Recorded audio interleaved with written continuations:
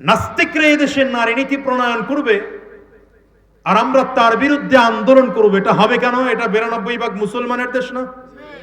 কি কথা বলেন না কেন? এদেশে বেশ্যাবৃত্তিকে বৈধতা চাওয়া হবে, আরে 92% মুসলমানের দেশেরা সাহস করে কি করে এটা? আপনি জানেন না এই নীতিগুলো কত মারাত্মক খারাপ।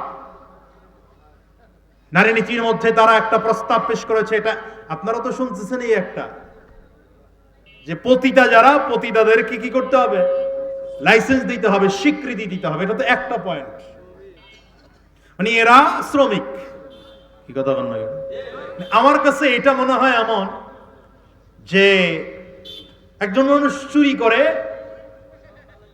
তো সে সমাজের প্রত্যেকটা ব্যক্তির কাছে চিঠি লিখলো, আমি যে চুরি করি এটা আমার পেশা, এটা আমার বৈধ এক পেশা, এটা স্বীকৃতি দিতে হবে। দিবেন নাকি আপনারা? কথা আসতে কয় কেন এরা? বুঝলাম না। স্টেজের হুজুররা কিছু কয়টায় না, আল্লাহ জানে, এরা আমার লগে একমত না দ্বিমত। তো চুরি করবে, এই চুরির বৈধতা হবে? আসতে বলেন, জোরে বলেন। একজন মানুষ ডাকাতি করে, আপনাদের কাছে সে ডাকাতের বৈধতা চায়, আপনি দিবেন? কোন সুস্থ বিবেকবান মানুষ দেওয়া সম্ভব? এই প্রস্তাব পেশ করে কেমনি?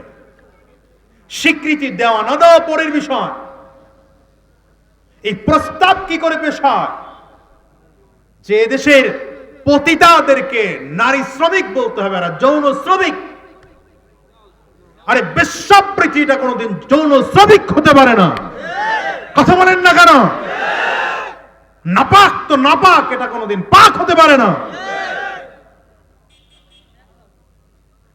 এটা হলো একটা পয়েন্ট। তাদের আরেক পয়েন্ট আছে, তাদের আরেক পয়েন্ট হলো পুরুষরা বিয়ে করতে পারে 4টা, মেয়েরা কেন পারবে না?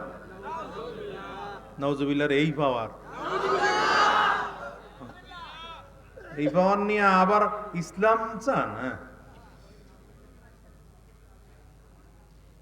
এটা হলো আরেক কথা।